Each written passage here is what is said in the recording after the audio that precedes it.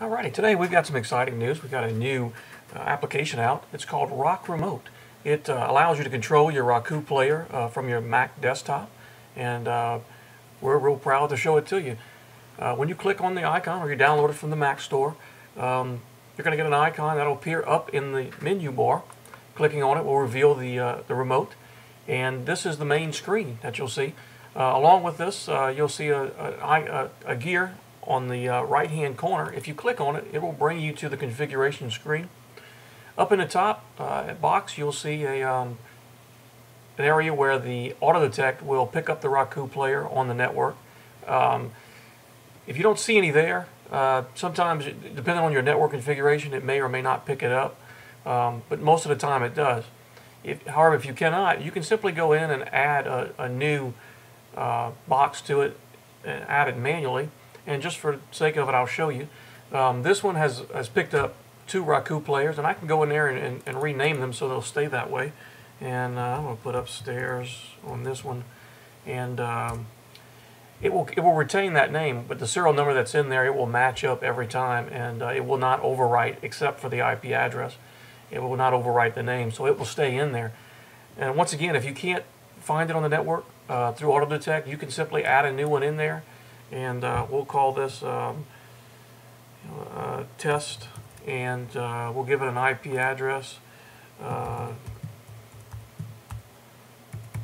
you can either put the serial number in there. It doesn't really matter. If you put the serial number in there, when it does auto detect, it will overwrite the IP address to the one that is currently on the Roku. It's not necessary that it be in there. If you would like it to automatically add another Roku player in there, you can leave it blank. It doesn't really matter. But again, if you want to retain the name that you give it, you want to give it make sure its serial number is in there. And on auto detect, it will automatically pick up the serial number. And then once you're done with that, you simply hit done.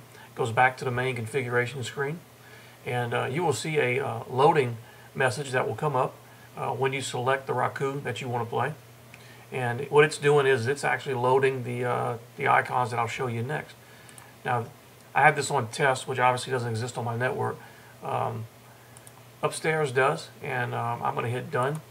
And it's going to come over, and it has picked up all of the channels that are on the Roku, and it'll display it in this screen. And that's simply gotten to by clicking on the up arrow up at the very top part of the main screen. Once you're there, you can select the channel you want to go to, and it will automatically jump to the channel on the Roku that you want. And it automatically, once you double click, it goes back to the main screen so that you can control it. There are a few features on this remote that actually are not on the IR remote or the manual remote that comes with Roku. One of them is search. There's options. There's a couple other features that are on there. And also, if you need to get to a keyboard, there it is right there. And if you need to get to capital letters, you're hitting Shift. The nice thing about this, if you have this screen open, you can then use your keyboard and type it all in. You don't have to sit there and select every one of the letters on here, or the numbers, whatever it is you need. It will simply put it in from the keyboard. Also, the hotkeys for the main menu, if you hold down the command key and hit the up arrow, left arrow, down arrow, it will also control the remote as well. Other than that, that's pretty much it for this. Hope you enjoy, and please email us at simplicitycode.com. Thank you.